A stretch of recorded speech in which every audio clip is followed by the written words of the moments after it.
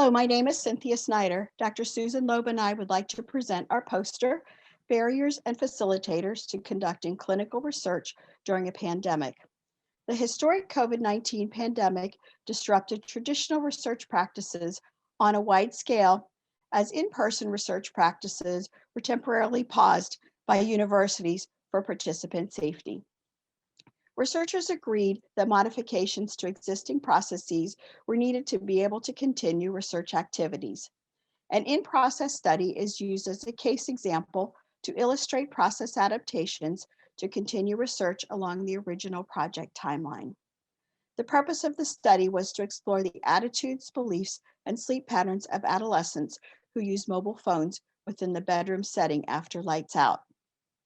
This was a descriptive correlational study in a convenience sample of 13 to 17-year-old adolescents. Participants completed a battery of questionnaires on attitudes and beliefs regarding sleep and mobile phone use, followed by a 7-day collection period of sleep and mobile phone use data. Over half of the participants were enrolled and collected data prior to the research pause. The team identified barriers and facilitators to continuing this research project. The greatest barrier was the pause of in-person research activities, while the greatest facilitator was the use of electronic resources with the flexibility to alter existing processes. Recruitment, enrollment, data collection, and participant incentives were amenable to remote processes.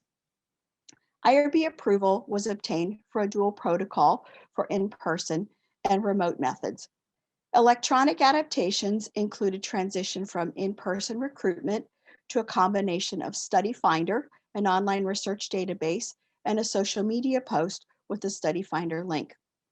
Participants were enrolled via Zoom video conference with verbal consent and minor assent, followed by email of the signed form. Electronic data capture was part of the original study design with the use of REDCap for direct data entry by participants. Participants were issued an actigraphy watch for the week-long sleep data collection at their enrollment visit. However, this device was now shipped to participants via the Postal Service, and the 7-day collection portion began upon receipt of the device. The device was returned via prepaid postal mailer, and there were no changes in participant incentives with the use of Amazon electronic gift cards.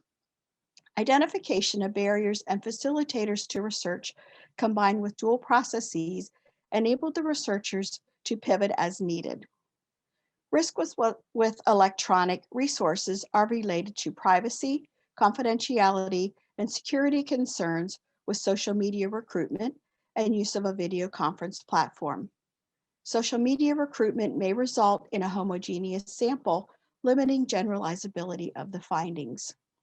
The benefits include wider potential participant reach with social media recruitment, direct participant data entry into the electronic data system, eliminating handling of paper forms and dual data entry, and maintaining participant engagement during a period of altered processes.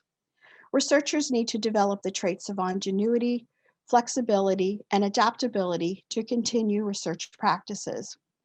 The question looms as to the long-term impact of remote research practices in the light of future pandemics or public health crises, and whether these modifications will become standard practices.